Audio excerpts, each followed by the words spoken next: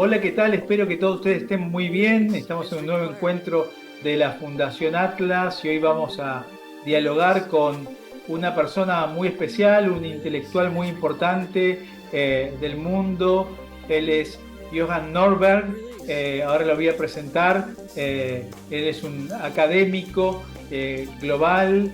Se desempeña como investigador en Cato Institute y vamos a presentarlo y vamos a hablar sobre algunas de sus obras que han tenido un enorme impacto a nivel global. Por ejemplo, él ha hecho un documental muy trascendente que es Globalization is Good. La globalización es muy buena, que en el 2001 pudo mostrar una visión diferente de la visión pesimista que tenía la globalización a nivel planetario. Entonces vamos a saludarlo. Hi, Johan. Thank you for this opportunity to talk to you. Hi, thank you, Martin. Pleasure to talk to you tonight.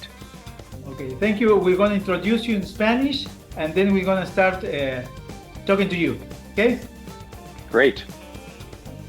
Bueno, voy a presentarlo brevemente a Johan Norberg, que es un académico titular de Cato Institute.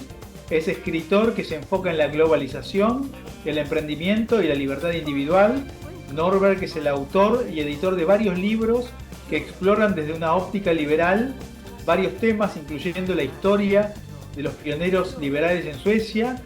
Su libro En defensa del capitalismo global fue originalmente publicado en Suecia en el año 2001. Desde ese entonces ha sido publicado en otros 20 países, entre otras obras, ¿no? Norberg hizo su maestría en la Universidad de Estocolmo en historia de las ideas, ¿no? Y como decíamos antes, es autor del documental Globalization is Good, que lo pueden encontrar googleando en YouTube. Lo vamos a poner al pie también de esta entrevista, que ha sido una obra de arte en la transmisión de esta información sobre los beneficios que ha traído la globalización a la gente en todo el mundo. Entonces vamos a comenzar a charlar con Johan. Again, Johan, thank you so much for this opportunity.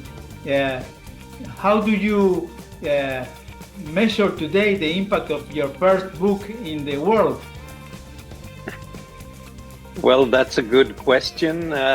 Judging from what people think about freedom and free markets around the world, I haven't been terribly successful, I'm afraid, because it seems like the same kind of myths are being repeated again and again about the problems of spontaneous orders, of free trade, of entrepreneurial capitalism.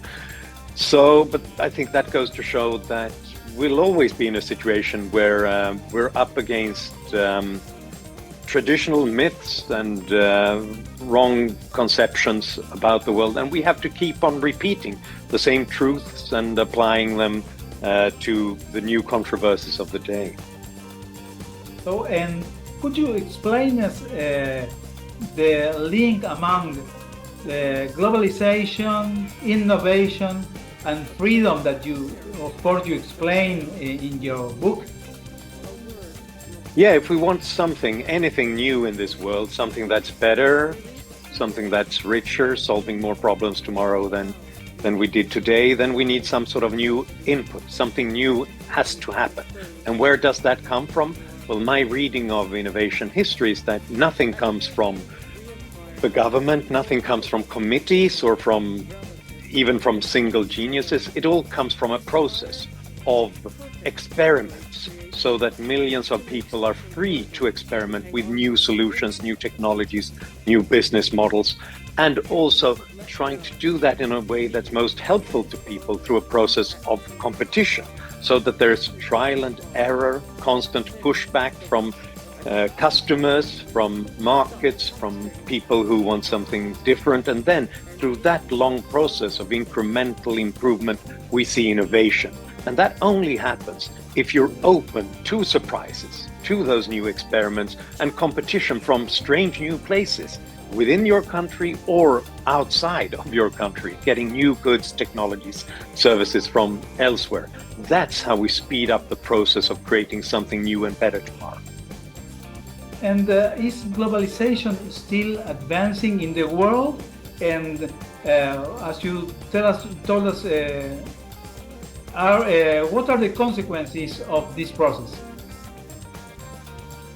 Well, it is the most important process in the world because it's really a way in which we can make use of the talent, the ideas, the hard work of more people than we do if we're surrounded by very heavy-handed walls, tariff barriers, and so on. Unfortunately, right now, there seems to be around the world a protectionist tendency from the United States to Europe, to India, to China. People think that they benefit more if they repatriate production, if they try protectionism. Well, I think that Argentina is a 100-year ongoing experiment in the disasters that happen when you turn towards protectionism. You lose ideas, you lose innovation, you lose growth in your economy. And that's why it's so important with globalization. But it's under threat. It's under threat around the world from these forces. On the other hand, the thing that we're doing now, communicating digitally in real time, shows us another aspect of globalization. The transfer and competition of ideas, of know-how, of intellectual property across borders and even division of labor within companies, but across borders, is stronger than ever. So I still have some hope that globalization is going on. And do you think that in this moment, freedom and this process, positive process you described, is in risk? I think it is. It doesn't happen by itself. There's a reason why for thousands of years we didn't have any kind of substantial average growth in people's real incomes. 200 years ago, some 80-90% of the world's population lived in extreme poverty. Then suddenly everything happened in those places in the instant that they began to liberate people and liberate markets. That's the only thing that made it possible. If we reverse that, if we stop people from using the best ideas, from entering markets, from competing and experimenting, then we will also ruin that process. So it won't happen by itself. We have to fight for it if we want progress. Okay, and I was reading your book, your new book, Progress, that is related to the previous one, and you think that we should still be optimistic about the future, or exist any threats for the future in this magic process? There are threats, but we have to be optimists because I think that if you look at world history, you realize two things. There are always threats. There are authoritarian threats. There are nasty surprises that nature throws at us. It's our own mistakes and errors blow up in our faces. So there are always threats. But we also notice when we look at history the incredible accomplishments that can be made, increasing life expectancy, eradicating disease, reducing poverty. So we have to keep both of these things in mind.